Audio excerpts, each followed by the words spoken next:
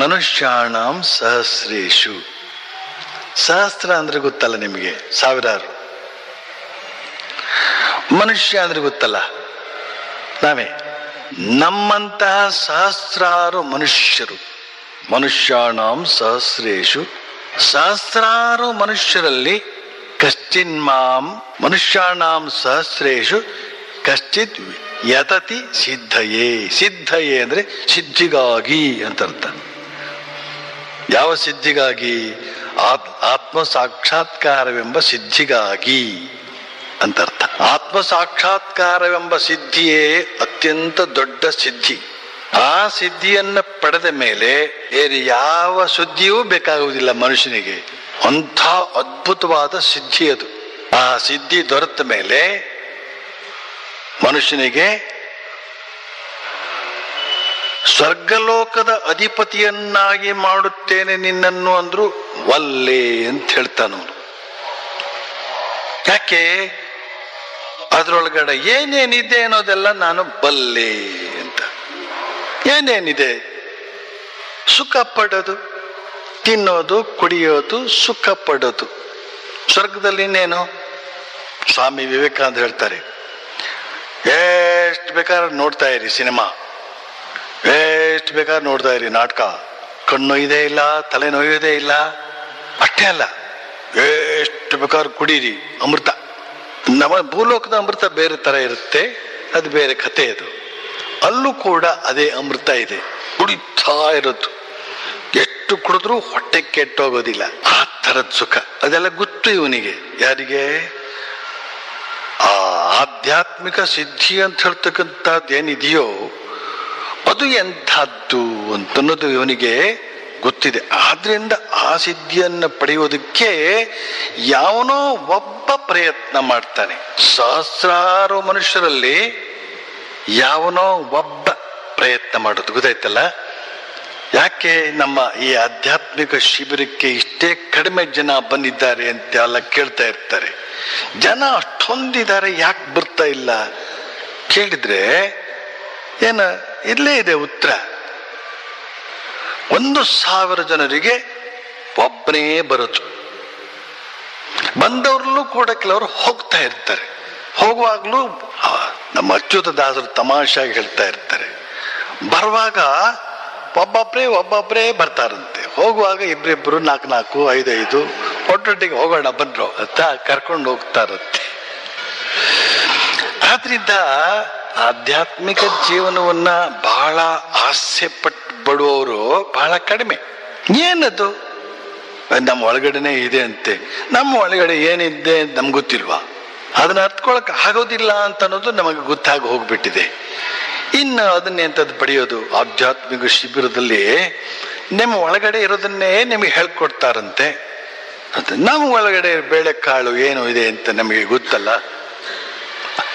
ಆದ್ರಿಂದ ಯಾರಿಗೂ ಕೂಡ ಈ ಆಧ್ಯಾತ್ಮಿಕ ಸಿದ್ಧಿಯನ್ನು ಮಾಡಿಕೊಳ್ಳಬೇಕು ಅಂತನ್ನುವ ಇಷ್ಟ ಆಗೋದಿಲ್ಲ. ಆದ್ರಿಂದ ಶ್ರೀಕೃಷ್ಣ ಏನ್ ಹೇಳ್ತಾನೆ? ಸಹಸ್ರಾರು ಮನುಷ್ಯರಲ್ಲಿ ಎಲ್ಲೋ ಒಬ್ಬ ಸಿದ್ಧಿಗಾಗಿ ಏನ್ ಮಾಡ್ತಾನೆ? ಪ್ರಯತ್ನಿಸ್ತಾನೆ. ಹಾಗೆ ಪ್ರಯತ್ನಿಸುವವರು 1000 ಜನ ಇದ್ದಾರೆ ಅಂತ ಲೆಕ್ಕ ಹಾಕಿ. ಹಾಗೆ ಪ್ರಯತ್ನಿಸುವವರಲ್ಲಿ 1000 ಜನ ಇದ್ದಾರೆ. ಅಲ್ಲಿಗೆ ಎಷ್ಟು ಜನರಿಗೆ? 1 ಕೋಟಿ ಜನರಿಗೆ ಒಬ್ಬ ಇದ್ದಾಗ ಆಯ್ತು. ಅಲ್ಲಿಗೆ ಆ 1000 ಜನ ಇರ್ಲಿ, ಆ 1000 ಜನರಲ್ಲೂ ಕೂಡ ನಿಜವಾಗಿಯೂ ಸಾಧನೆ ಮಾಡೋದು ಯಾರಂತೆ? ಆ 1000 ಜನರಲ್ಲಿ ಒಬ್ಬ ಅಂತೆ. ಸಾಧನೆಗೋಸ್ಕರ ಇಳಿಯೋರೇ 1000 ಜನಕ್ಕೆ ಒಬ್ಬ. ಆ ಸಾಧನೆಗೆ ಇಳಿದವರಲ್ಲಿಯೂ ಕೂಡ, ಸಾಧಕರಲ್ಲಿಯೂ ಕೂಡ ನಿಜವಾಗಿಯೂ ಸಾಧನೆಯಲ್ಲಿ ಪ್ರವೃತ್ತನಾಗತಕ್ಕಂಥವನು 1000ಕ್ಕೊಬ್ಬ. ಅಲ್ಲಿ ಕೋಟಿಗೊಬ್ಬ ನಿಜವಾದ ಸಾಧಕ ಅಂತ ಆಯ್ತು. ಅಲ್ಲಿಗೆ ನಿಜವಾದ ಸಾಧಕ, ಅಪ್ಪಟ ಸಾಧಕ. ಬೆಳಿಗ್ಗೆ ಧ್ಯಾನ ಮಾಡ್ತೇನೆ ಅಂದ್ರೆ ತಪ್ಪದೆ ಮಾಡಬೇಕು, ನಾಳೆ ಮಾಡ್ಕೊಂಡ್ರಾಯ್ತು ಅಂತ ಹೇಳ್ತಾನೆ ಸಾಮಾನ್ಯವಾಗಿ. ಯಾಕೆ? ಇವತ್ತಿನ ಬೆಳಗ್ಗೂ ಹದವಾಗಿದೆ ಹವಾಮಾನ, ಅದಕ್ಕೇನೆ ಇನ್ನೂ ಸ್ವಲ್ಪ ಟೈಟ್ ಮಾಡಿಕೊಂಡ್ರೆ ನಿದ್ರೆ ಇನ್ನೂ ಚೆನ್ನಾಗಿ ಬರುತ್ತೆ. ಆದ್ರಿಂದ ಎಷ್ಟು ಚೆನ್ನಾಗಿರುವ ನಿದ್ರೆ ಇರುವಾಗ ಇನ್ನು ಕಷ್ಟಕರವಾದ ಧ್ಯಾನ ಯಾಕೆ ಮಾಡಬೇಕು? ನಮಗೆ ಸುಖ ತಕ್ಷಣವೇ ಸಿಗುವಾಗ ಯಾವಾಗ್ಲೂ ಸಿಗುವಂತ ಸುಖಕ್ಕೆ ಇನ್ನಾಳೆ ಮಾಡ್ಕೊಂಡ್ರಾಯ್ತು, ನಾಡ್ದಿಗೆ ಮಾಡ್ಕೊಂಡು ಏನು ಎಷ್ಟು ದಿವಸಗಳಿವೆ ಮುಂದೆ ಅಂತ. ಆದ್ರಿಂದ ಅಪ್ಪಟ ಸಾಧಕರು ಅಂತನ್ನೋರು ಸಾವಿರಕ್ಕೊಬ್ರು, ಸಾಧನೆಗಿಳಿಯವರೇ ಸಾವಿರಕ್ಕೊಬ್ರು. ಆ ಸಾಧಕರಲ್ಲೂ ಕೂಡ ಅಪ್ಪಟ ಸಾಧಕರು ಅಂದ್ರೆ ನಿಜವಾದ ಸಾಧಕರು ಸಾವಿರಕ್ಕೊಬ್ರು. ಅಲ್ಲಿಗೆ ಕೋಟಿಗೊಬ್ಬ ನಿಜವಾದ ಸಾಧಕ ಅಂತ ಆಯ್ತಲ್ಲಿಗೆ. ಅಂತಹ ಅಪ್ಪಟ ಸಾಧಕರಲ್ಲೂ ಕೂಡ ಸಿದ್ಧ ಪುರುಷರು ಎಷ್ಟು ಅಂತೀರಾ? ಅಂತ ಅಪ್ಪಟ ಸಾಧಕರು 1000 ಜನರಲ್ಲಿ ಒಬ್ಬ ಸಿದ್ಧ ಪುರುಷ ಆಗ್ತಾನಂತೆ. ಅದೇನು ಸಿದ್ಧ ಪುರುಷ ಅಂತಂದ್ರೆ ಒಂದು ಮಟ್ಟವನ್ನು ಮುಟ್ಟಿರ್ತಾನೆ ಅಷ್ಟೇನೆ. ಆದ್ರೆ ಶ್ರೀಕೃಷ್ಣ ಇನ್ನೊಂದು ಅದ್ಭುತ ಹೇಳ್ತಾ ಇದ್ದಾನೆ. ಪರಮಾತ್ಮ ತತ್ವ ಅಂತ ಹೇಳ್ತಕ್ಕಂಥದ್ದು ತತ್ವತಃ ಏನದು? ಪರಮಾತ್ಮ ಹೀಗಿದ್ದಾನೆ ಅಂತ ಕೆಲವರು, ಪರಮಾತ್ಮ ಹಾಗಿದ್ದಾನೆ ಅಂತ ಕೆಲವರು. ಅವರೆಲ್ಲ ಹೇಳೋದನ್ನ ನೋಡಿದ್ರೆ ನಮ್ಗೆ ಈ ಪರಮಾತ್ಮ ಬೇಡ ಅಂತ ಅನಿಸ್ತದೆ. ಯಾಕೆ ಅಂತಂದ್ರೆ ಪರಮಾತ್ಮ ಒಂದೇ ತರ ಇದ್ರೆ ಸರಿಯಪ್ಪ. ಬೇರೆ ಬೇರೆ ತರ ಇರ್ತಕ್ಕಂಥ ಪರಮಾತ್ಮನ, ಅದಕ್ಕೂ ಕೂಡ ಬೇರೆ ಬೇರೆ ಜನ ಇದ್ದಾರೆ ಅಂತ ಇಟ್ಕೊಳ್ಳಿ. ಈಗ ಒಬ್ಬೊಬ್ರು ಒಂದೊಂದ್ ತರ ಹೇಳ್ಬಿಟ್ರೆ ಜನಗಳಿಗೆ ಕನ್ಫ್ಯೂಷನ್ ಆಗುತ್ತಾ ಇಲ್ವಾ? ಮೊದಲೇ ಕನ್ಫ್ಯೂಷನ್. ಆದ್ರೆ ಪರಮಾತ್ಮನ ತತ್ವತಃ ತಿಳಿಯುವಂತಹದ್ದು ಸುಲಭ ಅಲ್ಲ. ಶ್ರೀರಾಮಕೃಷ್ಣರು ಅದಕ್ಕೊಂದು ಒಳ್ಳೆ ಉದಾಹರಣೆ ಕೊಡ್ತಾರೆ. 4 ಜನ ಕುರುಡರು ಊರಿಗೆ ಆನೆ ಬಂದಿತ್ತಂತೆ. ಆನೆ ನೋಡ್ಕೊಂಡು ಬರೋಣ ಅಂತ 4 ಜನ ಕುರುಡರು ಹೋದ್ರಂತೆ. ಒಬ್ಬ ಕುರುಡ ಚೆನ್ನಾಗಿ ಮುಟ್ಟಿ ನೋಡ್ದ, ಇನ್ನೊಬ್ಬ ಕುರುಡ ಇನ್ನೊಂದ್ ಕಡೆ ಎಲ್ಲೋ ಮುಟ್ಟಿ ನೋಡ್ದ. ಅವನ್ ಕಣ್ಣಲ್ಲಿ ನೋಡಕ್ಕಾಗತ್ತಾ? ಆಗೋದಿಲ್ಲ. ಮುಟ್ಟಿನೇ ನೋಡ್ಬೇಕು. 4 ಜನರು ಮುಟ್ಟಿ ಚೆನ್ನಾಗಿ ತಟ್ಟಿ ಮುಟ್ಟಿ ನೋಡಿದ್ರು. ಆನೆ ಸುಮ್ಮನಿತ್ತು. ಯಾಕಂದ್ರೆ ಈ ಕುರುಡ್ರು ಅದಕ್ಕೆ ಕಣ್ಣಿದೆಯಲ್ಲ, ಅದಕ್ಕೆ ಸುಮ್ಮನಿತ್ತದು. 4 ಜನರು ಈ ಕಡೆ ಬಂದ್ರು. ಎಲ್ಲೋಗಿದ್ರಿ ಅಂತ ಕೇಳ್ದವ. ಆನೆ ನೋಡಿದ್ವು ನಾವು ಅಂತ. ಓಹೋ, ಆನೆ ಹೇಗಿದೆ? ಒಬ್ಬ ಹೇಳಿದಂತೆ, ಆನೆ ಹೇಗಿದೆ ಗೊತ್ತಾ? ಒಳ್ಳೆ ಕಂಬ ಇದ್ದಾಗಿದೆ ಅಂತ. ಕಂಬ? ಆನೆ ಕಂಬದಾಗಿರುತ್ತೇನೋ? ನಾನ್ ನೋಡಿದ ಹಾಗೇನೆ, ಆನೆ ಒಳ್ಳೆ ಕಂಬದಾಗಿದೆ ಅಂತ. ಆಮೇಲೆ ಇನ್ನೊಬ್ಬನಿಗೆ, ಹೋಗ್ಲಪ್ಪ ನೀನು ನೋಡಿದ್ಯಲ್ಲ ಆನೆ ಹೇಗಿದೆ ಹೇಳು. ಆನೆ ಒಳ್ಳೆ ಮೊರ ಇದ್ದಾಗಿದೆ ಅಂತ. ಮೊರ ಅಂತಂದ್ರೆ ಈ ಭತ್ತ ಇದನ್ನೆಲ್ಲ ಬೇರ್ಪಡಿಸೋದಕ್ಕೆಲ್ಲ ಉಪಯೋಗಿಸ್ತಾರೆ. ಮೊರ ಕಿವಿನ ಮುಟ್ಟಿದಾನೋ? ಈ ಕಂಬ ಅನ್ನೋನು ಯಾವ್ದ್ರ ಮುಟ್ಟಿದಾನೆ? ಕಾಲು ಮುಟ್ಟಿದ್ದಾನೆ. ಮರದಾಗಿದೆ ಅದನು ಕಿವಿ ಮುಟ್ಟಿದ್ದಾನೆ. ಇನ್ನೊಬ್ಬನ್ ಕೇಳಿದಂತೆ, ಆನೆ ಹೇಗಿದೆಯೋ? ಆನೆ ಅದು ಒಳ್ಳೆ ಒನಕೆ ಇದ್ದಾಗಿದೆ ಅಂತ. ಅವನು ಸೊಂಡ್ಲು ಬಿಟ್ಬಿಟ್ಟಿದ್ದಾರೆ. ಇನ್ನೊಬ್ಬರು, ಹೋಗ್ಲಿ ನೀನು ಹೇಗಿದೆ, ನೀನು ನೋಡಿದ್ಯಲ್ಲ ಆನೆ ಹೇಗಿದೆ ಹೇಳು. ಆನೆ ಕಂಬನೂ ಅಲ್ಲ, ಒನಕೆನೂ ಅಲ್ಲ, ಮೊರನೂ ಅಲ್ಲ. ಸರಿಯಾಗಿ ನೋಡ್ಲಿಲ್ಲ ಅವರು. ನಾನು ನೋಡಿದ್ದೀನಿ. ಆನೆ ಅದು ಗುಡಾಣ ಇದ್ದಾಗಿದೆ ಅಂತ. ಇವರು ಹೊಟ್ಟೆ ಹೊಟ್ಟು ಬಿಟ್ಟಿದ್ದಾರೆ. ಶ್ರೀರಾಮಕೃಷ್ಣ ಹೇಳ್ತಾರೆ, ಈ ಎಲ್ರೂ ಕೂಡ ಸಿದ್ಧ ಪುರುಷರೇ. ಕಂಬದ ಸಾಕ್ಷಾತ್ಕಾರ ಅವನಿಗೆ, ಒನಕೆ ಸಾಕ್ಷಾತ್ಕಾರ ಇವನಿಗೆ, ಮೊರದ ಸಾಕ್ಷಾತ್ಕಾರ ಅವನಿಗೆ, ಗುಡಾಣದ ಸಾಕ್ಷಾತ್ಕಾರ ಇವನಿಗೆ. ಇದೆಲ್ಲ ಸೇರಿ ಒಂದು ಆನೆ. ಅದು ಯಾರಿಗೆ? ತತ್ವತಃ ತಿಳಿದವನಿಗೆ, ಕಣ್ಣಿಂದ ಸರಿ ನೋಡಿದವನಿಗೆ. ಯಾರು ಕಣ್ಣಿಂದ ನೋಡ್ತಾರೋ, ನೀನ್ ಹೇಳಿದ್ದು ಸರಿ ಕಣೋ ಕಂಬ, ನೀನ್ ಹೇಳಿದ್ದು ಸರಿ ಕಣೋ ಅದು ಒನಕೆ ಇದ್ದಾಗೆ ಅಂತ ಹೇಳ್ತಾರೆ. ಆಗ ಕುರುಡರು ಮತ್ತೆ ಜಗಳಾಡ್ತಾರೆ. ನೀನ್ ಯಾವನೋ? ನಾವು ಹೇಳಿದ್ದೆಲ್ಲನೂ ಸರಿ, ಎಲ್ರದ್ದು ಸರಿ ಆಗೋದಕ್ಕೆ ಹೇಗೆ ಸಾಧ್ಯ? ಯಾರ ಒಬ್ರು ಸರಿ ಆಗೋದಕ್ಕೆ ಸಾಧ್ಯ? ನೀನೇನೋ ಪೊಲಿಟಿಷಿಯನ್ ಇರ್ಬೇಕು. ನಿಮ್ದು ಸರಿ, ನಿಮ್ದು ಸರಿ, ನಿಮ್ದು ಎಲ್ರದ್ದು ಓಟ್ಬೇಕಲ್ಲ ಅವರಿಗೆ. ಆದ್ರೆ ತತ್ವತಃ ಅಂತಂದ್ರೆ ಏನರ್ಥ? ಕಣ್ಣಿನಿಂದ ನೋಡ್ತಕ್ಕಂತು. ಈ ತತ್ವತಃ ಅರ್ಥ ಮಾಡ್ಕೊಳ್ಳೋದಷ್ಟು ಸುಲಭ ಅಲ್ಲ. ಯಾಜ್ಞವಲ್ಕ್ಯರು ಅಂತ ಒಬ್ರು ಋಷಿಗಳು, ಯಾಜ್ಞವಲ್ಕ್ಯರು ಅಂತ ಒಬ್ರು ಋಷಿಗಳು. ಅವರು ಬ್ರಹ್ಮಜ್ಞಾನದಲ್ಲಿ ಅತ್ಯಂತ ವರಿಷ್ಠರು ಅಂದ್ರೆ ಶ್ರೇಷ್ಠರು. ಆದ್ರೆ ಅಷ್ಟೇ ಖ್ಯಾತರಾದಂಥ ಋಷಿಗಳು ಹಲವಾರು ಜನ ಇದ್ರು. ಜನಕ ಮಹಾರಾಜ ಅಂತ ಒಬ್ಬ ಇದ್ದ. ಈ ಯಾಜ್ಞವಲ್ಕ್ಯರು ಅವನ ಗುರುಗಳು. ಸ್ವತಃ ಈ ಜನಕ ಮಹಾರಾಜ ಕೂಡ ರಾಜರ್ಷಿ. ಇವನು ರಾಜರ್ಷಿ ಆದ್ರಿಂದ ಯಾರ್ಯಾರು ಶ್ರೇಷ್ಠ ಬ್ರಹ್ಮರ್ಷಿಗಳು ಅಂತ ಹೇಳ್ತಕ್ಕಂಥದ್ದು, ಬ್ರಹ್ಮಜ್ಞಾನದಲ್ಲಿ ಶ್ರೇಷ್ಠರು ಯಾರು ಅಂತ ಹೇಳ್ತಕ್ಕಂಥದ್ದು ಇವನಿಗೆ ಗೊತ್ತು. ಆದ್ರೆ ಮಿಕ್ಕ ಋಷಿಗಳೆಲ್ಲ ಇದ್ದಾರಲ್ಲ, ಅವ್ರು ನಾವೇ ಶ್ರೇಷ್ಠರು ಅಂತ ಕೂತಿದ್ರು. ಹಾಗನ್ಸುತ್ತದು. ಕಂಬ ನೋಡಿದವನಿಗೆ ಆನೇನ ಕಂಬ ಅಂತ ಹೇಳಿದ ಅವನು ಪೂರ್ತಿ ಜ್ಞಾನ ಆಗಿದೆ ಅಂತ ತಿಳ್ಕೊತಾನ. ಹಾಗೆ ಇವರೆಲ್ಲರನ್ನೂ ಒಂದು ಪರೀಕ್ಷೆ ಮಾಡಬೇಕು ಅಂತ ನಮ್ಮ ಜನಕ ಮಹಾರಾಜನಿಗೆ ಅನಿಸ್ತು. ಮತ್ತೆ ನಮ್ಮ ಯಾಜ್ಞವಲ್ಕ್ಯರ ಮಹತ್ವವನ್ನು ತೋರಿಸ್ಬೇಕು ಅಂತ ಮನಸ್ಸಾಯಿತು. ಘೋಷಣೆ ಮಾಡಿದಂತೆ 1,000 ಹಸುಗಳನ್ನು ಬಗೆ ಬಗೆಯಾಗಿ ಅಲಂಕರಿಸಿ ಕೊಂಬಿಗೆ ಚಿನ್ನದ ಕಳಶವನ್ನೆಲ್ಲ ಇಟ್ಟು ಸಿದ್ಧಗೊಳಿಸಿ ಇಟ್ಟಿದ್ದೇನೆ. ಯಾರ್ಯಾರು ನಿಮ್ಮಲ್ಲಿ ಬ್ರಹ್ಮಜ್ಞಾನಿಗಳಲ್ಲಿ ಶ್ರೇಷ್ಠರಿದ್ದೀರೋ ಅವರು ಅದನ್ನ ಹೊಡೆದುಕೊಂಡು ಹೋಗಬಹುದು ಅಂತ. ಋಷಿಗಳು ದೊಡ್ಡ ಸಭೆ, 100 ಜನ ಋಷಿಗಳು, 1000 ಜನ ಋಷಿಗಳು, ದೊಡ್ಡ ಸಭೆ. ಒಬ್ಬೊಬ್ಬರ ಗಡ್ಡ 1 ಅಡಿ, ಒಬ್ರದ್ದಾದ್ರೆ 1 ಕಾಲಡಿ, ಇನ್ನೊಬ್ರದ್ದು 1 ಅಡಿ, ಇನ್ನು ಗಡ್ಡ ಅಂದ್ರೆ ಗೊತ್ತಾಯ್ತಲ್ಲ, ಇದು ಅದು ಜಾಸ್ತಿ ಬೆಳೆದಷ್ಟು ಸೀನಿಯಾರಿಟಿ.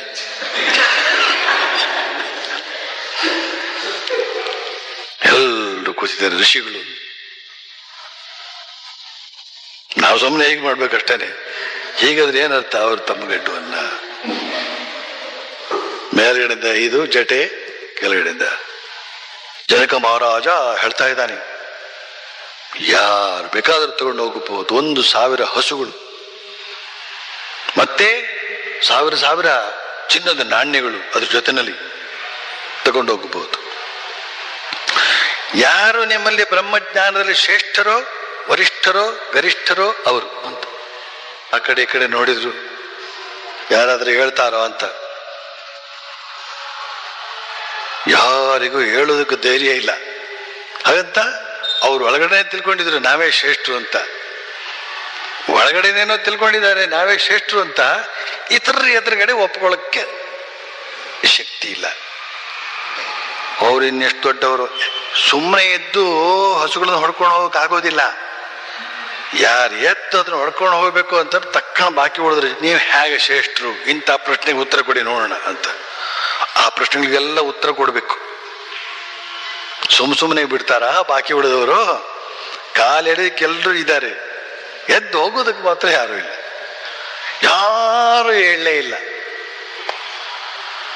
ಬಹಳ ಹೊತ್ತು ಅಷ್ಟು ದೊಡ್ಡ ಸಭೆ ಶಾಂತವಾಗಿತ್ತು. ಕೊನೆಗೆ ನಮ್ಮ ಯಾಜ್ಞವಲ್ಕ್ಯರಿದ್ದಾರಲ್ಲ, ಅವರು ತಮ್ಮ ಶಿಷ್ಯರಿಗೆ ಹೇಳಿದ್ರಂತೆ, ನೋಡಿ ಈ 1,000 ಹಸುಗಳನ್ನು ನಮ್ಮ ಆಶ್ರಮಕ್ಕೆ ಹೊಡೆದುಕೊಂಡು ಹೋಗಿ. ಆ ಶಿಷ್ಯರೆಲ್ಲ ಹೊಡ್ಕೊಂಡು ಹೊರಟೇ ಹೋಗ್ಬಿಟ್ರ ಕಡೆ. ತಕ್ಷಣ ಎಲ್ಲ ಒಬ್ಬೊಬ್ಬರು ಋಷಿಗಳು ಕೂಡ ಎದ್ರು, ನೀವು ಹೇಗೆ ಶ್ರೇಷ್ಠರು ಅಂತ ಪ್ರಶ್ನೆ ಹಾಕಿದ್ರು. ನೀವು ಬ್ರಹ್ಮಜ್ಞಾನದಲ್ಲಿ ನೀವೇ ಶ್ರೇಷ್ಠರು? ಇಷ್ಟೆಲ್ಲ ಋಷಿಗಳಿರುವಾಗ ಅಂತ ಹೇಳಿದಾಗ ಯಾಜ್ಞವಲ್ಕ್ಯರು ಹೇಳಿದ್ರಂತೆ, ನಾನು ಬ್ರಹ್ಮಜ್ಞಾನವನ್ನ ಪಡೆದವರಲ್ಲಿ ಶ್ರೇಷ್ಠ ಅಂತ ಈ ಹಸುಗಳನ್ನು ಹೊಡ್ಕೊಂಡು ಹೋಗ್ತಲ್ಲ. ಈ ರಾಜ ಹೇಳ್ದ ಹಸುಗಳನ್ನು ಕೊಡ್ತೇನೆ, ಬೇಕಾದವ್ರು ತಗೊಂಡು ಹೋಗಬಹುದು ಅಂತ. ನಮ್ಗೆ ಹಸುಗಳು ಬೇಕಾಗಿದೆ. ತುಂಬಾ ಜನ ಶಿಷ್ಯರಿದ್ದಾರೆ. ಗೋಕಾಮೋ ವಯಂ ಅಂದ್ರೆ ನಾವು. ನನಗೆ ಹಸುಗಳು ಬೇಕಾಗಿದೆ, ಹೊಡ್ಕೊಂಡು ಹೋಗಿ ಅಂತೇಳಿ ಅವನು ಕೊಡೋಕ್ ರೆಡಿಯಾಗಿದ್ದಾನೆ. ನಾವು ತಗೊಳಕ್ ಸಿದ್ಧವಾಗಿದ್ದೇವೆ. ನೀವ್ಯಾರು ಮುಂದೆ ಬರಲಿಲ್ಲ, ನಿಮಗೆ ಬೇಡ ಅಂತ ಕಾಣುತ್ತೆ.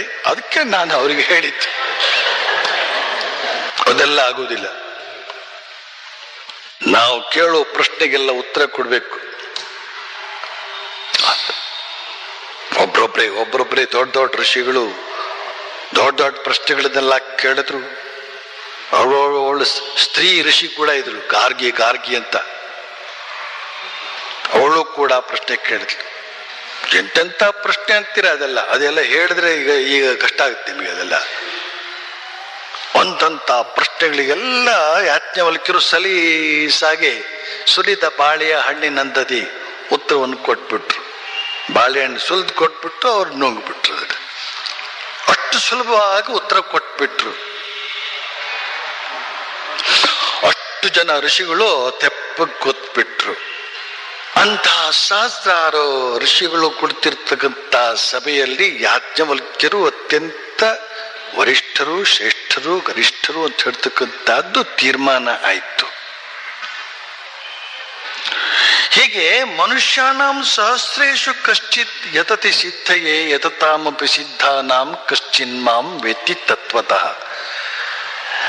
ಪರಬ್ರಹ್ಮವನ್ನ ತತ್ವತಃ ತಿಳಿಯತಕ್ಕಂಥದ್ದು ಅಂತ ಒಂದಿದೆ. ಅದು ಯಾವಾಗ ಗೊತ್ತಾಗುತ್ತೆ? ಈ ಒನಕೆಯೋಪಾದಿಯಲ್ಲಿ, ಕಂಬದೋಪಾದಿಯಲ್ಲಿ, ಗುಡಾಣದೋಪಾದಿಯಲ್ಲಿ ಕಂಡವರಿದ್ದಾರಲ್ಲ, ಅವರು ಬಂದು ಪ್ರಶ್ನೆ ಹಾಕಿದಾಗ ಅವರೆಲ್ಲರ ಪ್ರಶ್ನೆಗೂ ಸಲೀಸಾಗಿ ಯಾರು ಉತ್ತರ ಕೊಡ್ತಾರೋ, ಯಾರು ಸಲೀಸಾಗಿ ಉತ್ತರ ಕೊಡ್ತಾರೋ ಅವರು ಶ್ರೇಷ್ಠರು. ನೋಡಿದ್ರ, ಸಹಸ್ರಾರು ಜನ ಋಷಿಗಳಿದ್ರು ಕೂಡ ಒಬ್ಬರೇ ಋಷಿಗಳು ಶ್ರೇಷ್ಠರು ಅಂತ ಆದದ್ದು. ಅದಕ್ಕೆ ಶ್ರೀಕೃಷ್ಣ ಹೇಳ್ತಾನೆ, ಸುಲಭ ಅಲ್ಲ. ಅನೇಕ ಜನ್ಮಗಳ ಸಂಸ್ಕಾರವಿದ್ದರೆ ಮಾತ್ರವೇ ಪರಮಾತ್ಮ ಸರ್ವವ್ಯಾಪಿ. ಸರ್ವವ್ಯಾಪಿ ತತ್ವತಃ ಪರಮಾತ್ಮ ಯಾರು? ಇಲ್ಲೂ ಇದ್ದಾನೆ, ಅಲ್ಲೂ ಇದ್ದಾನೆ, ನನ್ನ ಒಳಗೂ ಇದ್ದಾನೆ, ಹೊರಗೂ ಇದ್ದಾನೆ, ಮೇಲೂ ಇದ್ದಾನೆ, ಕೆಳಗೂ ಇದ್ದಾನೆ ಅಂತ ಹೇಳ್ತಕ್ಕಂಥದ್ದನ್ನ ತಿಳ್ಕೊಂಡವನೇ ತತ್ವತಃ ತಿಳ್ಕೊಂಡವನು ಅಂತ ಅರ್ಥ. ಶ್ರೀರಾಮಕೃಷ್ಣ ಹೇಳ್ತಾರೆ, ದೇವರು ಹೀಗೆ ಇರಬಹುದು, ಹಾಗೆ ಇರಬಹುದು ಅಂತ ಹೇಳ್ತೀಯ ನೀನು? ನಿನಗೆ ಸರಿಯಾಗಿ ಗೊತ್ತಿಲ್ಲ. ದೇವರು ಹೇಗೆ ಬೇಕಾದ್ರೂ ಇರಬಲ್ಲ. ಅವತಾರ ತೋರಿಸೋದ್ರಲ್ಲಿ ಗೊತ್ತಾಯ್ತಲ್ಲ. ಮೀನಿನ ಅವತಾರ ತಾಳಿದ, ಆಮೆಯ ಅವತಾರ ತಾಳಿದ, ಹಂದಿಯ ಅವತಾರ ತಾಳಿದ, ನರಸಿಂಹನ ಅವತಾರ ತಾಳಿದ. ದೇವರು ಹೀಗೆ ಇರಬಹುದು, ಹಾಗೆ ಇರಬಹುದು ಅಂತೇನಾದ್ರೂ ಉಂಟೆ? ನರಸಿಂಹ ನರಸಿಂಹ ಅಂದ್ರೆ ಏನು? ಕೆಳಗಡೆ ನರ, ಮೇಲ್ಗಡೆ ಸಿಂಹ. ಆ ಕಥೆ ನಿಮ್ಗೆಲ್ಲ ಗೊತ್ತಿರಬಹುದು. ಅದು ಇನ್ನೊಂದು ಪರಮಾದ್ಭುತವಾದಂತಹ ಕಥೆ. ಅದು ದೇವರು ಸರ್ವವ್ಯಾಪಿ ಅಂತ ಹೇಳ್ತಕ್ಕಂಥದ್ದನ್ನ ತಿಳಿಸೋದಕ್ಕೋಸ್ಕರವೇ ಇದ್ದಂತ ಒಂದು ಕಥೆ ಅದು. ಹಿರಣ್ಯಕಶಿಪು ಅಂತ ಹೇಳ್ತಕ್ಕಂಥ ರಾಕ್ಷಸ ಅಪರಿಮಿತವಾದಂತಹ ತಪಶಕ್ತಿಯಿಂದ ದೇವಲೋಕವನ್ನು ಕೂಡ, ಮೂರು ಲೋಕಗಳನ್ನು ಗೆದ್ದು ನಾನೇ ದೇವರು, ನನಗಿಂತ ದೊಡ್ಡ ದೇವರು ಯಾರಿದ್ದಾರೆ ಅಂತ ಢಣಾಢಂಗುರವಾಗಿ ಸಾರ್ತಾ ಇದ್ದಾನೆ. ಯಾಕೆ? ಈ ನಿಜವಾದ ದೇವರಿದಾನಲ್ಲ, ಅವನು ಸುಮ್ಮನೆ ನಿಂತ್ಬಿಟ್ಟಿದ್ದಾನೆ. ಈಗ ನಮಗೀಗ ದೇವರು ದೇವರು ಅಂತ ಹೇಳಿದೆ, ಒಬ್ಬನೊಂದ್ಸತ್ತಿನಾದ್ರೂ ಬಂದು ಮಾತಾಡ್ತೀನ ನಾನೇ ದೇವರು ಅಂತಾರ ಬಂದು ನಿಂತ್ಕೊಂಡು ಹೇಳ್ತಾನ? ಇಲ್ಲ. ಅದಕ್ಕೋಸ್ಕರ ಈ ಹಿರಣ್ಯಕಶಿಪು ಏನ್ ಮಾಡ್ದ? ನಾನೇ ದೇವರು ಅಂತ. ನೀನಲ್ಲ, ನಾನು ಅಂತ ಹೇಳಕ್ ಇನ್ನೊಬ್ಬ ಇರ್ಲಿಲ್ಲ ಅಲ್ಲಿ. ಅದಕ್ಕೋಸ್ಕರ ಆ ಹಿರಣ್ಯಕಶಿಪು ದೇವರು ಅಂತ ಅಳ್ತಕ್ಕಂಥ ಮಾತನ್ನ ಜನ ಎಲ್ಲ ಒಪ್ಕೊಂಡ್ಬಿಟ್ರು. ಒಪ್ಪಿಡದೆ ದಾರಿನೇ ಇಲ್ಲ. ಯಾಕೆ? ಬೇರೆ ಯಾರು ಹೇಳಲೇ ಇಲ್ಲ. ದೇವರಿಗೆ ಈಗ ಕಷ್ಟಕ್ಕೆ ಬಂತು ಅಲ್ವಾ? ಇಲ್ಲ, ನೀನು ಅಂದ್ಕೋ, ಅದಕ್ಕೇನಂತೆ, ನೀನು ಆ ವಾಯಸ್ಸು ಮುಗಿದ ಮೇಲೆ ಹೊರಟು ಬಿಡ್ತೀಯಲ್ಲ ಅಂತ ಅವನ್ ತೆಪ್ಪಗೆ ಅವನು ಬಾಡಗಿದ್ದ. ಆದ್ರೆ ಈ ದೇವತೆಗಳಿಗೆ ಬಂದದ್ದು ಕಷ್ಟ. ಇವನು ಕಷ್ಟ ಕೊಡ್ತಾ ಇದ್ದ, ಅವರಿಗೆಲ್ಲ ರಗಳೆ ಮಾಡ್ತಾ ಇದ್ದ. ಅದಕ್ಕೋಸ್ಕರ ಆ ಪರಮಾತ್ಮನ ಕೇಳ್ಕೊಡ್ತಾರೆ, ಸ್ವಲ್ಪ ಅವನ ಕಾಟವನ್ನು ತಪ್ಪಿಸ್ಬೇಕು ಅಂತ. ಅವನನ್ನು ಯಾರೂ ಕೊಲ್ಲೋದಕ್ಕೆ ಸಾಧ್ಯವಾಗ್ತಾ ಇಲ್ಲ. ದೇವತೆಗಳ ಹತ್ರ ಅಂತಂತ ಶಸ್ತ್ರಾಸ್ತ್ರಗಳೆಲ್ಲ ಇವೆ, ಆದ್ರೂ ಈ ರಾಕ್ಷಸನ್ನು ಕೊಲ್ಲೋಕ್ಕಾಗ್ತಾ ಇಲ್ಲ. ಯಾಕೆ ಗೊತ್ತಾ? ದೊಡ್ಡ ಕಥೆ ಅದು. ಅವನು ತಪಸ್ಸು ಮಾಡಿ ಒಂದು ಅದ್ಭುತವಾದ ವರವನ್ನು ಪಡೆದುಕೊಂಡಿದ್ದ. ಏನದು? ನಾನು ಹಗಲೂ ಸಾಯಬಾರದು, ರಾತ್ರಿಯೂ ಸಾಯಬಾರದು, ನಾನು ಮೇಲ್ಗಡೆಯೂ ಸಾಯಬಾರದು, ನೆಲದ ಮೇಲೂ ಸಾಯಬಾರದು. ಅದಕ್ಕೆ ಆ ಚತುರ್ಮುಖ ಬ್ರಹ್ಮ ಅವನನ್ನು ಒಲಿಸ್ಕೊಂಡದ್ದು. ಆ ಬ್ರಹ್ಮ ಖುಷಿಯಾಗಿ ಆಗ್ಲಿ ಅಂದ್ಬಿಟ್ಟ. ಆಗ್ಲಿ ಆಗ್ಲಿ, ತಥಾಸ್ತು ತಥಾಸ್ತು. ಆಮೇಲೆ ನಾನು ಮನುಷ್ಯರಿಂದಲೂ ಸಾಯಬಾರದು, ಆಗ್ಲಿ. ನಾನು ಪ್ರಾಣಿಗಳಿಂದಲೂ ಸಾಯಬಾರದು, ಆಗ್ಲಿ. ನಾನು ಶಸ್ತ್ರ ಅಸ್ತ್ರಗಳಿಂದಲೂ ಸಾಯಬಾರದು, ಆಗ್ಲಿ. ಆಗ್ಲಿ ಅಂತ ಬ್ರಹ್ಮ ಹೇಳಿದ ಮೇಲೆ ಈ ದೇವತೆಗಳು ಯಾವ ಶಸ್ತ್ರ ತಗೊಂಡು ಬರೋದು? ಯಾವ ಶತ್ರುವು ಕೂಡ ಇವನನ್ನು ಕೊಲ್ಲೋದಕ್ಕೆ ಸಾಧ್ಯ ಇಲ್ಲ ಅಂತ ವರ ಪಡ್ಕೊಂಡ್ಮೇಲೆ ಈ ದೇವತೆಗಳು ಯಾವ ಶತ್ರು ತೆಗೆದುಕೊಂಡು ಒಪ್ಕೊಳ್ಳೋದಪ್ಪ? ಶತ್ರುಗಳಿಂದ ಕೊಲ್ಲೋಣ ಅಂತಂದ್ರೆ ಆಗೋದಿಲ್ಲ. ಆಕಾಶ ಮೇಲೆ ಅವನೇನಾದ್ರೂ ಈಗ ಬಂದಾಗ ಅಲ್ಲೇ ಕೊಲ್ಬೇಡ ಆಗೋದಿಲ್ಲ. ನೆಲದ ಮೇಲೆ ಇದ್ದಾಗಲೇ ಕೊಲ್ಬೇಡ ಆಗೋದಿಲ್ಲ. ಹಗಲೊತ್ತು ಕೊಲ್ಲೋಣವೇ, ಹಗಲು ಸಾವು ಇಲ್ಲ ಅಂದ್ಬಿಟ್ಟ. ರಾತ್ರಿ ಕೊಲ್ಲೋಣವೇ, ರಾತ್ರಿಯೂ ಸಾವು ಇಲ್ಲ ಅಂತ ವರ ತೆಗೆದುಕೊಂಡ್ಬಿಟ್ಟ. ಈಗ ಅವನು ಕೊಲ್ಲೋದು ಹೇಗೆ? ಯಾವ್ಯಾವ ರೀತಿಯಲ್ಲೆಲ್ಲ ಕೊಲ್ಲಬಹುದು ಅಂತ ಅನ್ನೋದನ್ನು ತಿಳ್ಕೊಂಡಿದ್ದ. ಯಾರು? ಈ ಹಿರಣ್ಯಕಶಿಪು. ಅದ್ಯಾವುದ್ರಿಂದ ತನಗೆ ಮರಣ ಬರಬಾರ್ದು ಅಂತ ಅಂದ್ಬಿಟ್ಟ. ಅದಕ್ಕಿಂತ ಮೊದಲಿನ ಸ್ವಾರಸ್ಯ ಆಗುತ್ತಲ್ಲ, ಅದು ಗೊತ್ತಿಲ್ಲ ನಿಮಗೆ. ಅದು ಗೊತ್ತಿರ್ಬೇಕು. ಕಥೆನ ಹೇಳಿದ ಮೇಲೆ ಹರಿಕಥೆ ತರ ಪೂರ್ತಿ ಹೇಳ್ತಾ ಬಂದ್ರೆ ಚೆನ್ನಾಗಿರುತ್ತೆ. ತಪಸ್ಸು ಮಾಡಿ ಆ ಬ್ರಹ್ಮ ಒಲಿದಾಗ ಏನು ಬೇಕು ಸಂತೋಷ ಇತ್ತು ಅಂತ ಕೇಳಿದಾಗ ಮೊದ್ಲು ಕೇಳ್ಕೊಂಡದ್ದೀವನು, ನನಗೆ ಸಾವು ಇಲ್ಲದ ಹಾಗೆ ಮಾಡು ಅಂತ. ನನಗೆ ಸಾವು ಇಲ್ಲದಾಗ ಮಾಡು ಅಂತಂದ್ಬಿಟ್ಟ. ಅದನ್ನು ಮಾತ್ರ ಆಗೋದಿಲ್ಲ ಅಂದ್ಬಿಟ್ಟ. ಮತ್ತೆ ನೀನು ಕೊಡ್ತೆ ಅಂತಂದಿಯಲ್ಲ, ಇನ್ನೇನು ಕೊಡ್ತೀನಿ ನೀನು? ನಾನು ಕೇಳಿದ್ದೊಂದು ಬಿಟ್ಟು ನೀನು ಬಾಕಿ ಏನ್ ಕೊಟ್ರೆ ನಂಗೇನು ಪ್ರಯೋಜನ ಇಲ್ಲ. ಅದು ಕ್ರಮ ಅಲ್ಲ. ಅದು ಹುಟ್ಟಿದವನೊಂದು ದಿವಸ ಸಾಯಲೇಬೇಕು ಅಂತಲೇ ಈ ಜಗತ್ತಿನ ನಿಯಮ. ಅದರಿಂದ ಅದೊಂದನ್ನು ಬಿಟ್ಟು ಬೇರೆ ಏನ್ ಬೇಕಾದ್ರೆ ಕೇಳು. ಆಗ ಅವನು ಆಗ ತಪಸ್ಸು ಮಾಡಿ ಮಾಡಿ ಬುದ್ಧಿಯೆಲ್ಲ ಭಾಳ ಚುರುಕಾಗ್ಬಿಟ್ಟಿತ್ತು ನೋಡಿ. ಆಗ ಅವನು ಕೇಳಿದ, ಯಾವುದರಿಂದ ಸಾವೇ ಇಲ್ವೋ ಯಾವ ವಸ್ತುವಿನಿಂದ ಹಾಗೆ ಕೇಳೋಣ ಅಂತ ಉಪಾಯವಾಗಿ ಈ ತರದ ಕೇಳಿದ. ಗೆದ್ದ. 3 ಲೋಕವನ್ನು ಗೆದ್ದ ದೇವ್ರೇ. ಯಾಕೆ? ನಾನು ಆಗ್ಲೇ ಹೇಳಿದ್ನಲ್ಲ, ಬೇರೆ ಯಾರು ಏನೇ ಅವನು ದೇವರು ಅಂತ ಹೇಳೋಕ್ ಸಾಧ್ಯವೇ ಇಲ್ಲ. ದೇವತೆಗಳು ಪರಮಾತ್ಮನ ಕೇಳ್ಕೊಂಡ್ರು, ಈ ಥರದೊಂದು ಗಂಡಾಂತರ ಬಂದಿದೆ, ನೀನೇನಾರು ಮಾಡಲೇಬೇಕು, ಆಗ್ಲಿ ಅಂತ ಒಪ್ಕೊಂಡ. ನೋಡಿದ್ರ ದೇವರಿಗೆ ಎಷ್ಟು ಕಷ್ಟ ಇದೆ. ಹಗಲು ಕೊಲ್ಲುವಂಗಿಲ್ಲ, ರಾತ್ರಿ ಕೊಲ್ಲುವಂಗಿಲ್ಲ, ಆಯುಧದಿಂದ ಕೊಲ್ಲುವಂಗಿಲ್ಲ, ಮನುಷ್ಯ ಬಂದು ಕೊಲ್ಲುವಂಗಿಲ್ಲ, ಪ್ರಾಣಿ ಶರೀರ ತಗೊಂಡು ಹೋಗುವಂಗಿಲ್ಲ ದೇವರು. ಯಾಕೆ? ಪ್ರಾಣಿಯಿಂದ ಸಾವಿಲ್ಲ. ಯೋಚನೆ ಮಾಡಿ, ದೇವರು ಎಷ್ಟು ಬುದ್ಧಿ ಉಪಯೋಗಿಸಿದ್ರು ಕೂಡ ಒಂದು ಉಪಾಯ ಹೊಳಿತೆ ಅಂತ ಏನಾದ್ರು ಅನ್ಸುತ್ತಾ? ನಮಗಂತೂ ಅನ್ಸೋದಿಲ್ಲ. ದೇವರು ಕಷ್ಟಕ್ಕೆ ಸಿಕ್ಕಿ ಹಾಕೊಂಡ ಅಂತಲೇ ನಮಗೀಗ ಅನ್ಸೋದು. ಆದ್ರೆ ಉಳಿದ ಕಥೆ ಎಲ್ಲ ನಿಮಗೆ ಗೊತ್ತು. ಪ್ರಹ್ಲಾದ ಅಂತ ಮೊದಲು ಹುಟ್ಟುತ್ತಾನೆ, ಅವನು ಹರಿಭಕ್ತ ಆಗ್ತಾನೆ, ಪರಮಾತ್ಮನ ಭಕ್ತ ಆಗ್ತಾನೆ. ನೀನ್ ಯಾರು? ನೀನು ದೇವರಲ್ಲ, ದೇವರು ಬೇರೆ ಇದ್ದಾನೆ ಅಂತ. ಎಲ್ಲ ಮಗನೇ,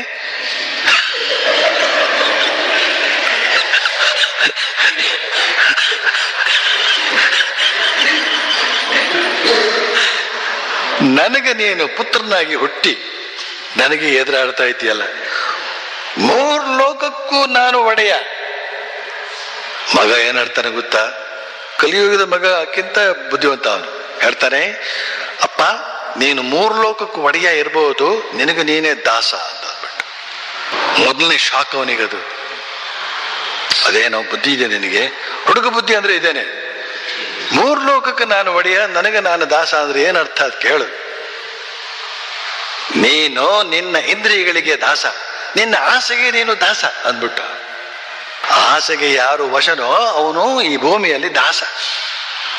ಆಸೆಯನ್ನು ಯಾರು ಗೆದ್ದಿದ್ದಾನೋ ಅವನು ಈ ಜಗತ್ತಿನಲ್ಲಿ ಈಶ. ಸುಮ್ಮನಾಗಬೇಕಾಯ್ತು ಅವನು, ಬೇರೆ ಏನೇನು ಹೇಳಬೇಕಾಗುತ್ತೆ. ಹೋಗ್ಲಿ, ದೇವರಂತ ಒಪ್ಕೋ, ಮತ್ತೆ ಸದ್ಯ ನೀನು ಒಪ್ಕೊಂಡ್ರೆ ಸಾಕು ಅಂತ. ಮಗನೇ ಒಪ್ಕೊಳ್ದೇ ಇದ್ರೆ ಜಗತ್ತಿನ ಜನ ಎಲ್ಲ ಮುಂದೆ ಏನಂದಾರು? ಎಲ್ಲಿದ್ದಾನೆ ನಿನ್ನ ಆ ದೇವರು ಅಂತ. ಕಥೆಗೆಲ್ಲ ಗೊತ್ತಲ್ಲ ನಿಮಗೆ? ಕಥೆ ಎಲ್ಲ ಸ್ವಲ್ಪ ಗೊತ್ತು ಅಂತ ಕಾಣಿಸುತ್ತೆ. ಆಗ ಪ್ರಹ್ಲಾದನಿಗೂ ಸ್ವಲ್ಪ ಕಷ್ಟ ಆಯ್ತು. ಎಲ್ಲಿ ಕರ್ಕೊಂಡ್ಬಂದು ತೋರ್ಸೋದು, ಎಲ್ಲಿಂದ ಅದು ಕರ್ಕೊಂಡು ಬಂದು ತೋರ್ಸೋದು ದೇವ್ರನ್ನ? ಎಷ್ಟು ಕಷ್ಟ. ಎಲ್ಲಿದ್ದಾನೋ ನಿನ್ನ ದೇವರು? ನಿನ್ನ ಆ ದೇವರು ಅಂತ ಕರಿತಿದ್ಯಲ್ಲ, ಎಲ್ಲಿದ್ದಾನೆ ಹೇಳು? ಧೈರ್ಯವಾಗಿ ಹೇಳ್ಬಿಟ್ಟ. ಅವನು ಎಲ್ಲಿಲ್ಲ ಹೇಳು. ಅವನು ಇಲ್ದಿರುವ ಜಾಗವೇ ಇಲ್ಲ, ಎಲ್ಲೆಲ್ಲೂ ಇದ್ದಾನೆ ಅಂತಂದ್ಬಿಟ್ಟ. ಹುಚ್ಚಪ್ಪ ನೀನು, ಎಲ್ಲೆಲ್ಲೂ ಇದ್ದಾನೆ ಅಂದ್ರೆ ಏನು ಅರ್ಥ ಅದಕ್ಕೆ? ಅರಮನೆಯಲ್ಲೇ ನಡೆದದಂತೆ ಈ ಕತೆ. ಅರಮನೆಯ ಒಂದೊಂದು ಕಂಬವನ್ನು ಕೂಡ ಒದೆದು ಹೇಳ್ತಾನಂತೆ, ಈ ಕಂಬದಲ್ಲಿದ್ದಾನೋ ಅಂತ. ಆ ಕೋಣೆಯಲ್ಲಿದ್ದಾನೆ ಅಂತ ಕೇಳಲಿಲ್ಲ, ಯಾಕೆ ಇದ್ರೂ ಇರ್ಬೋದು ಏನೋ ಅಂತ ಅವರಿಗೆ. ಕಂಬ ಆದ್ರೆ ಗಟ್ಟಿಯಾಗಿರುತ್ತಲ್ಲ, ಇದ್ದಾನೆ ಅಂದ್ಬಿಟ್ಟ ಅವನು. ಯಾರು? ಪ್ರಹ್ಲಾದ. ಇದ್ರೂ ಇರ್ಬೋದು ಏನೋ ಅಂತ ಅನಿಸ್ತವನು, ಯಾಕೆಂದ್ರೆ ಟೊಳ್ಳಾಗಿದ್ದು ಅದ್ರೊಳಗೆ. ಕೊನೆಗೆ ಒಂದು ಕಂಬ ಇತ್ತಂತೆ ಅಲ್ಲಿ, ಅದಕ್ಕೆ ವಜ್ರದ ಕಂಬ ಅಂತ. ಅದನ್ನ ಸ್ವತಃ ಹಿರಣ್ಯಕಶಿಪು ನಿಂತು ಕಟ್ಸಿದಂತೆ ಆ ಕಂಬವನ್ನ. ಒಳಗಿಂದ ಹೊರಗೆ ಎಲ್ಲ ಘನೀಭೂತವಾದಂತಹ ಕಂಬ ಅದು. ಆದ್ರಿಂದ ಅದರೊಳಗಡೆ ಇರೋಕ್ ಸಾಧ್ಯವೇ ಇಲ್ಲ. ಕೊನೆಗೆ ಕೇಳ್ತಾರೆ ಮಗನೇ ಇದ್ರೊಳಗಡೆ ಇದಾನ ದೇವರು ಅಂತ ಹೇಳಿ ಒಂದು ಒದ್ದಂತೆ. ಕೋಪಕ್ಕೆ ಕಾಲೇ ನೋವಾಗಿರ್ಬೋದು, ಆ ವಿಚಾರ ಬೇರೆ, ಆದ್ರೂ ಕೂಡ ಕೋಪಕ್ಕೆ ಒದ್ದ. ಅದನ್ನ ಭಾಗವತದಲ್ಲಿ ಪುರಂದರದಾಸರು ಬಗೆ ಬಗೆಯಾಗಿ ವರ್ಣಿಸಿದ್ದಾರೆ. 16 ಸಿಡಿಲುಗಳು, ಸಿಡಿಲುಗಳು ಸದ್ದಿನ ಮೂಲಕ ಆ ಕಂಬ ಒಡೆದು ಸೀಳಿ ಅದರ ಒಳಗಡೆಯಿಂದ ಬರ್ತಾನಂತೆ ನರಸಿಂಹ ನರಸಿಂಹ ನರಸಿಂಹ ನರಸಿಂಹ ನರಸಿಂಹ ಅಂತ. ಘನೀಭೂತವಾದಂತಹ ಕಂಬದಿಂದಲೂ ಕೂಡ ದೇವರು ಹೊರಕ್ಕೆ ಬರ್ತಾನೆ ನರಸಿಂಹ ರೂಪದಿಂದ ಅಂತ. ಮೊದಲನೇನೆ ಅವನು ಬಂದದ್ದು ಯಾವ ರೂಪದಿಂದ? ನರಸಿಂಹ. ನರನೂ ಅಲ್ಲ, ಸಿಂಹವೂ ಅಲ್ಲ, ಎರಡೂ ಸೇರಿ ನರಸಿಂಹ. ಆ ನರಸಿಂಹ ಬಂದು ಹಿರಣ್ಯ ಗರ್ಭಕ್ಕೆ ಬಂದ್ರೆ ನರನಿಂದಲೂ ಮರಣವಾದಂತೆ ಅಲ್ಲ, ಸಿಂಹದಿಂದಲೂ ಮರಣವಾದಂತೆ ಅಲ್ಲ. ಅಲ್ಲಿ ಒಂದು ಕಂಡೀಷನ್ ಫುಲ್ಫಿಲ್ ಆಯ್ತು. ಯೋಚನೆ ಮಾಡಿ, ದೇವರು ಎಲ್ಲೆಲ್ಲಿಯೂ ಇದ್ದಾನೆ ಅಂತ ಹೇಳಿದ್ರೆ ಅಂತ ಘನೀಭೂತವಾದ ಕಂಬದೊಳಗಡೆಯೂ ಕೂಡ ಇರಬಲ್ಲ. ಯಾಕೆ? ಸೂಕ್ಷ್ಮಾತಿ ಸೂಕ್ಷ್ಮ. ಮಹತೋ ಮಹೀಯಾನ್ ಅಣೋರಣೀಯಾನ್. ದೇವರಿಗಿಂತ ದೊಡ್ಡವ ಇನ್ನೊಂದಿಲ್ಲ, ದೇವರಿಗಿಂತ ಸಣ್ಣವ ಇನ್ನೊಂದಿಲ್ಲ. ಅದಕ್ಕೆ ಅವನು ತ್ಯಜಿ ಜಾತಿ ಕುಲ ಮಾನ್ ಆಗೋದಕ್ಕೆ ಸಾಧ್ಯ. ದೇವರು ಸಮ್ಮಾನ ಈ ಬಗೆಯ ನಮ್ಮ ಲೌಕಿಕವಾದ ಮಾನವನೆಲ್ಲ, ಯಾಕೆ ಬಹಳ ಸೂಕ್ಷ್ಮ ಅವನು. ಅವನು ಇಲ್ವೋ ಇಲ್ಲ ಅಂತ ಹೇಳುವಷ್ಟರ ಮಟ್ಟಿಗೆ ಅವನು ಸೂಕ್ಷ್ಮ. ನೆನ್ಪಿಟ್ಕೊಳ್ಳಿ ಇದನ್ನ, ಬಹಳ ಅದ್ಭುತವಾದಂತ ಮಾತು, ಉಪನಿಷತ್ ವಾಕ್ಯ, ಋಷಿಗಳು ಕಂಡಂತ ಸತ್ಯ ಅದು. ಮಹತೋ ಮಹೀಯಾನ್ ಅಣೋರಣೀಯಾನ್. ಸಾಮಾನ್ಯವಾದೆಲ್ಲ ಮಾತುಗಳು, ಋಷಿಗಳು ಪಡೆದುಕೊಂಡಂತಹ ಸಾಕ್ಷಾತ್ಕಾರ ತತ್ವತಃ ಪರಮಾತ್ಮ ಯಾರು ಅಂತನ್ನೋದನ್ನ ಈ ಮಾತು ಹೇಳ್ತದೆ. ಮಹತೋ ಮಹೀಯಾನ್ ಅಣೋರಣೀಯಾನ್. ತತ್ವ ಅಂದ್ರೆ ಅದು. ದೇವರಿಗಿಂತ ದೊಡ್ಡವರಿಲ್ಲ, ಹಾಗಾದ್ರೆ ದೇವರಿಗಿಂತ ಚಿಕ್ಕವನಿರ್ಬೋದಲ್ವಾ? ಇಲ್ಲ, ದೇವರಿಗಿಂತ ಚಿಕ್ಕವನಿನ್ನೊಬ್ಬ ಇಲ್ಲ. ಸೂಕ್ಷ್ಮಾತಿ ಸೂಕ್ಷ್ಮವಾದಂತಹದ್ದು ಎಷ್ಟು ದೊಡ್ಡದು ಆಗಬಲ್ಲದು, ಎಷ್ಟು ಚಿಕ್ಕದೂ ಆಗಬಲ್ಲದು, ಅದು ತತ್ವ. ತತ್ವತಃ ಪರಮಾತ್ಮ ಯಾರು ನೋಡಿ, ಹೀಗೆ ನೋಡಿದ್ರ. ಆಮೇಲೆ ಆ ಸಿಂಹ ಭಯಂಕರವಾದ ಕೋಪದಿಂದ ಕಣ್ಣು ಕೆಂಪು ಮಾಡಿಕೊಂಡು ಇವನು ಬಗೆ ಬಗೆಯ ಅಸ್ತ್ರಗಳನ್ನೆಲ್ಲ ಬೀಸ್ತಾನೆ. ಯಾರು? ನಮ್ಮ ಹಿರಣ್ಯಕಶಿಪು. ಆ ಅಸ್ತ್ರಗಳನ್ನೆಲ್ಲ ಹಿಡಿದು ಆ ಕಡೆ ಎಸ್ದು ಬಿಡ್ತಾನ. ಎಂತ ಎಸ್ತ್ರ ಹಾಕಿ ಅಲ್ಲೇ ಹಿಡಿದು ಬಿಡ್ತಾನ. ದೇವರು ಅಂದ್ರೆ ದೇವರು, ಗೊತ್ತಾಯ್ತಲ್ಲ? ದೇವರು ಅಂದ್ರೆ ದೇವರೇ. ಅಲ್ಲಿ ಪರಿಪೂರ್ಣವಾದಂತ ಶಕ್ತಿ ವ್ಯಕ್ತವಾಗಲೇಬೇಕು. ಸ್ವಾಮಿ ವಿವೇಕಾನಂದ ಹೇಳ್ತಾರೆ, ಎಲ್ಲಿ ಶಕ್ತಿ ಮತ್ತು ಆನಂದ ಇರುತ್ತೋ ಅಲ್ಲಿ ಮಾತ್ರವೇ ಧರ್ಮ ಅಂತ ಒಂದು ಇದೆ, ತಿಳ್ಕೊಳ್ಳಿ. ಎಲ್ಲಿ ಶಕ್ತಿ ಇಲ್ವೋ ಅದು ಧರ್ಮ ಅಲ್ಲ, ಎಲ್ಲಿ ಆನಂದ ಇಲ್ವೋ ಅಲ್ಲಿ ಧರ್ಮ ಇಲ್ಲ. ಅಸ್ತ್ರಶಸ್ತ್ರಾಸ್ತ್ರಗಳೆಲ್ಲ ವ್ಯರ್ಥವಾಗಿ ಹೋಗ್ಬಿಟ್ಟು ಈಗ ಹಿರಣ್ಯಕಶಿಪು ನಿರಾಯುಧನಾಗಿದ್ದಾನೆ. ಆದ್ರೂ ಕೂಡ ಹೇಳ್ತಾರೆ, ದ್ವಂದ್ವ ಯುದ್ಧ ಮಾಡೋಣ ಬಾ ಅಂತ. ಭುಜಗಟ್ಟಿ ಇದೆ ಬಾ. ದೇವರು ಕೂಡ ಬಂದ ನರಸಿಂಹ. ಆ ದ್ವಂದ್ವ ಯುದ್ಧದಲ್ಲಿ ಒಂದೇ ಸಲಕ್ಕೆ ಹೀಗೆ ಬಾಚಿ ತಪ್ಪಿ ಆ ಅರಮನೆಯ ದ್ವಾರದಲ್ಲಿ ಹೊಸ್ತಿಲ ಮೇಲೆ, ಎಲ್ಲಿ ಹೊಸ್ತಿಲ ಮೇಲೆ ಆ ನರಹರಿ, ಆ ನರಸಿಂಹ ಹೊಸ್ತಿಲ ಮೇಲೆ ಕುಳಿತುಕೊಂಡಂತೆ. ಹೊಸ್ತಿಲ ಮೇಲೆ ನೋಡಿ ನೋಡಿ ನೋಡಿ ನೋಡಿ ಯೋಚನೆ ಮಾಡಿ. ಅಂತ ಭಯಂಕರನಾದ ಈಗ ಒಡೆಯಿತು ಕಂಬ.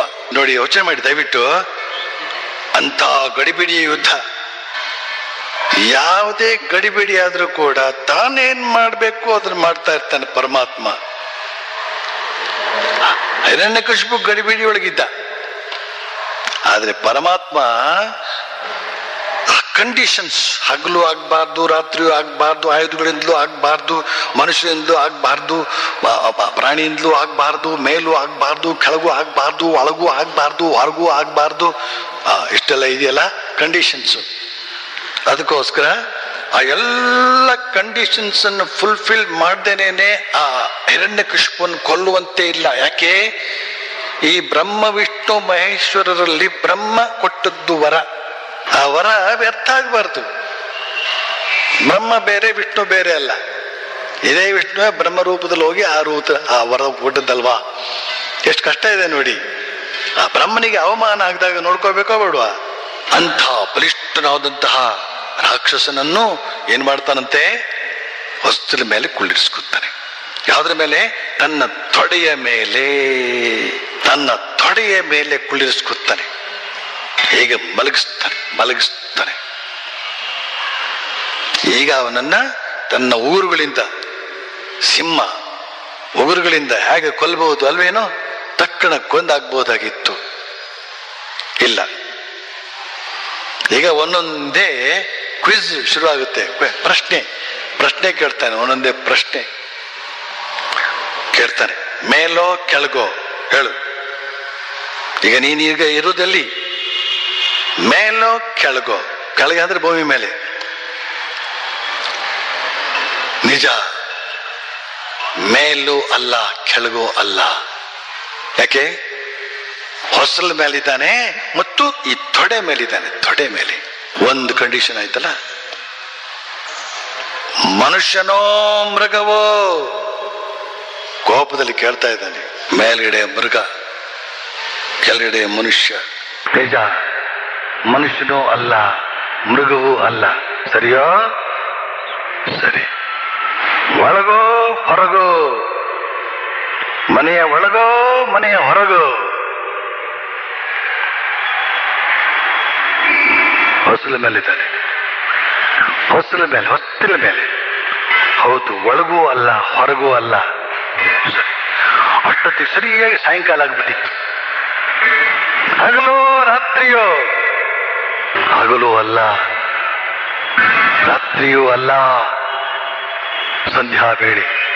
ಶಸ್ತ್ರಾಸ್ತ್ರಗಳಿವೆಯೋ ಇಲ್ಲಿ? ಬರೀ ಕೈ. ಹೌದು, ಶಸ್ತ್ರಾಸ್ತ್ರಗಳು ಇಲ್ಲ. ಈಗ ನಿಂದ ಕೊನೆಗಾಲ ಸಮೀಪಿಸಿದೆ. ನಿನ್ನ ಎಲ್ಲ ಷರತ್ತುಗಳು ಕೂಡ ಪರಿಪಾಲಿಸಲ್ಪಟ್ಟಿವೆ. ಸರಿಯೋ? ಅಂತ ಹೊಟ್ಟೆಯನ್ನು ತೆಗೆದು ಊರಿನಿಂದ ಗರುಡನ ಮಾಲೆಯನ್ನು ಹಾಕಿಕೊಂಡು ಇದೆಲ್ಲ ಯಾಕೆ ಮಾಡ್ದ? ಅದೇ ಸ್ವಾರಸ್ಯ. ಭಕ್ತ ಅವನು. ಜಯ ವಿಜಯರು ವೈಕುಂಠದಲ್ಲಿ ಜಯ ವಿಜಯರೇ ಈ ಹಿರಣ್ಯಕಶಿಪು, ಹಿರಣ್ಯಾಕ್ಷ. ತನ್ನ ಪರಮ ಪ್ರೀತಿಯ ಭಕ್ತರು, ದ್ವಾರಪಾಲಕರು. ಅಂಥವನ ಶರೀರ ಅದು, ಸಾಮಾನ್ಯ ಶರೀರ ಅಲ್ಲ ಅದು. ಆದ್ರಿಂದ ಆ ಭಕ್ತನಿಗೆ ಗೌರವವನ್ನು ಸಲ್ಲಿಸ್ತಾರೆ. ತನ್ನ ಪರಮ ಪರಿಶುದ್ಧವಾದ ಹಸ್ತಸ್ಪರ್ಶದಿಂದ ಅವನಿಗೆ ಗೌರವ. ಆ ಕರುಳನ್ನೆಲ್ಲ ತನ್ನ ಮೈ ಮೇಲೆ ಹಾಕೊಳ್ಳೋದ್ರ ಮೂಲಕ ಆ ಪ್ರೀತಿಯ ಆಸ್ವಾದವನ್ನು ಕೊಡ್ತಾ ಇದ್ದಾನೆ ಅವನಿಗೆ. ಸಾಯುವಾಗಲೂ ಕೂಡ ಆನಂದವನ್ನು ಕೊಡ್ತಾ ಇದ್ದಾನೆ ತನ್ನ ಭಕ್ತನಿಗೆ. ಹಾಗಿರುವಾಗ ದೇವರು ಅಂದ್ರೆ ಯಾರು, ತತ್ವತಃ ದೇವರು ಅಂದ್ರೆ ಯಾರು ಅಂತ ಅರ್ಥ ಆಯ್ತಲ್ಲ ಈಗ. ಈ ರೀತಿಯಲ್ಲಿ ಒಂದು ಕಲಾತ್ಮಕವಾಗಿ ಕಥಾ ರೂಪದಲ್ಲಿ ಕಲಾತ್ಮಕವಾಗಿ ತಾನು ಯಾರು ಅಂತನ್ನೋದನ್ನ ತೋರಿಸ್ತಾನೆ. ಪುರಾಣಗಳಲ್ಲಿ ಈ ತರಹ ಬಗೆ ಬಗೆಯ ಕಥೆಗಳು ಯಾಕೆ ಬರುತ್ತವೆ ಅಂತಂದ್ರೆ ಮನುಷ್ಯನಿಗೆ ಸಂಶಯ ಜಾಸ್ತಿ. ಸಂಶಯಾತ್ಮ ವಿನಶ್ಯತಿ, ಸಂಶಯ ಜಾಸ್ತಿ. ಆ ಸಂಶಯವನ್ನು ಹೋಗಲಾಡಿಸುವುದಕ್ಕೋಸ್ಕರ ಪ್ರತ್ಯಕ್ಷ ಲೀಲೆಯನ್ನೇ ಮಾಡಿ ಅವರೆಲ್ಲರಲ್ಲೂ ಕೂಡ ಆತ್ಮಶ್ರದ್ಧೆ ಉತ್ಪನ್ನವಾಗುವಂತೆ, ಆ ಪರಮಾತ್ಮನ ಅಸ್ತಿತ್ವದಲ್ಲಿ ಶ್ರದ್ಧೆ ಉತ್ಪನ್ನ ಆಗುವಂತೆ ಮಾಡ್ತಾನೆ. ಈ ರೀತಿಯಲ್ಲಿ ತತ್ವತಃ ಪರಮಾತ್ಮ ಯಾರು ಅಂತನ್ನೋದನ್ನ ತಿಳಿಯುವಂತಹ ಒಂದು ಪ್ರಯತ್ನ, ಪ್ರಾಮಾಣಿಕ ಪ್ರಯತ್ನ ನಡೆಯಬೇಕಾಗಿದೆ. ಶ್ರೀರಾಮಕೃಷ್ಣರು ಆ ರೀತಿಯಲ್ಲಿ ಸಾಧನೆ ಮಾಡಿದ್ರು. ತತ್ವತಃ ಈ ಪರಮಾತ್ಮ ಯಾರು, ಅವನು ರಾಮನೂ ಹೌದು, ಕೃಷ್ಣನೂ ಹೌದು, ಕಾಳಿಯೂ ಹೌದು, ದುರ್ಗೆಯೂ ಹೌದು, ಸೀತಾಮಾತೆಯೂ ಹೌದು, ಶ್ರೀರಾಮನೂ ಹೌದು, ಅಲ್ಲಾನೂ ಹೌದು, ಯೇಸು ಕ್ರಿಸ್ತನೂ ಹೌದು ಎಂಬ ಈ ರೀತಿಯಲ್ಲಿ ತತ್ವತಃ ಪರಮಾತ್ಮ ಯಾರು ಅಂತನ್ನೋದನ್ನ ಇವತ್ತು ಜಗತ್ತಿಗೆ ಶ್ರೀರಾಮಕೃಷ್ಣರು ತಮ್ಮದೇ ಆದಂತಹ ರೀತಿಯಲ್ಲಿ ತೋರಿಸಿದ್ದಾರೆ. ಯುಗಾವತಾರ ಶ್ರೀರಾಮಕೃಷ್ಣ ಅಂತ ನಾವು ಪುಸ್ತಕ ಕೆಳಗಡೆ ಇದೆ. ಅದರಲ್ಲಿ ಆಮೂಲಾಗ್ರವಾಗಿ ಆ ಚರಿತ್ರೆ ಇದೆ. ಅವುಗಳನ್ನ ಕನ್ನಡ ಬಲ್ಲವರು ಓದಬೇಕು. ಬರೀ ಓದುವುದು ಮಾತ್ರ ಅಲ್ಲ, ಓದುವುದು ಅಂದ್ರೆ ನ್ಯೂಸ್ ಪೇಪರ್ ಓದುವುದು ಅಂತಲೇ ಅರ್ಥ. ಅಧ್ಯಯನ ಮಾಡಬೇಕು, ಅಧ್ಯಯನ ಮಾಡಬೇಕು. ಹಾಗೆ ಅಧ್ಯಯನ ಮಾಡಿದಾಗ ವಿದ್ಯತೆ ಹೃದಯ ಗ್ರಂಥಿ ಚಿತ್ಯಂತೆ ಸರ್ವ ಸಂಶಯ ಕ್ಷೀಯಂತೆ ಚ ಅಸ್ಯ ಕರ್ಮಾಣಿ ತಸ್ಮಿನ್ ದೃಷ್ಟೇ ಪರಾವರೇ. ಘಟೋಪನಿಷತ್ತಿನ ಅತ್ಯಂತ ಅದ್ಭುತವಾದಂತ ಮಾತು. ಆ ಹಿರಣ್ಯ ಕಶಿಪುವನ್ನ ಬಗೆದು ಕೊಲ್ಲುವುದರ ಮೂಲಕ